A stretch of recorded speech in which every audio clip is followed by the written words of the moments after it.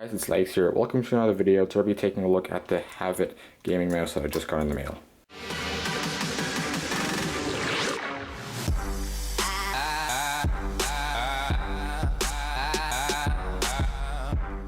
As far as packaging goes, this is what the packaging looks like. This is a review, so I'm not going to be doing it in the unboxing style.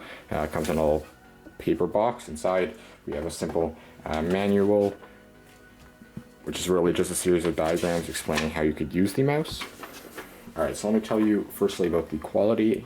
The mouse looks like a gaming mouse. It's made out of just plastic. I don't think there's any metal externally, which is kind of disappointing, but I mean, it's not really making the quality suffer, so I'm fine with that. As far as the appearance goes, it looks like a gaming mouse. It is wireless, so there's no cable. And it has some pretty nice blue, highlights. Of course, it doesn't have any backlit, which is a little bit disappointing, but I mean, it does run off the battery, so, that would just make the battery drain faster, and then you have to replace the battery more often. Alright, so now let's open up the battery compartment, and I'll show you what's inside. When you pop this open, there are two batteries that you have to supply. There's two. It needs two AAA, and then inside there's also a USB, which I just took out because it's a little bit difficult to take out. So opening this compartment is not too difficult. So if we just pop this back in, it shouldn't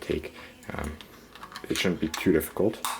There we go, and then you're ready. You just need to plug this into the computer, let it install the driver, and then boom, you're ready to test out the mouse or use the mouse for whatever you're using it for. So on the top left corner here, we have a little switch just to turn on the mouse. So I'm just going to flick that on, and then boom, as you can see, it's a laser mouse, which isn't really that relevant for gaming. Usually they use optical sensors, but I mean, it still works if you're using it on a black surface or a wood surface or a mouse pad. So you just plug this in, and I'll tell you about how easy it is to use, especially for in-game or outside game.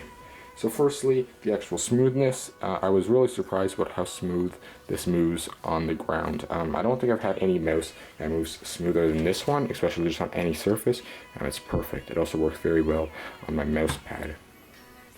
Now, your main question is probably, most gaming mice are not wireless because of the responsiveness with the delay of it connecting to the computer. There's a delay, so when you're playing fast-paced FPS games like Call of Duty or Quake, it's a little bit difficult because you cannot react as fast as the other person. I did not have a problem with this mouse though. This was very, very responsive compared to a lot of the other wireless gaming mice that I have, so I was really happy with that, and I don't think that should be a concern.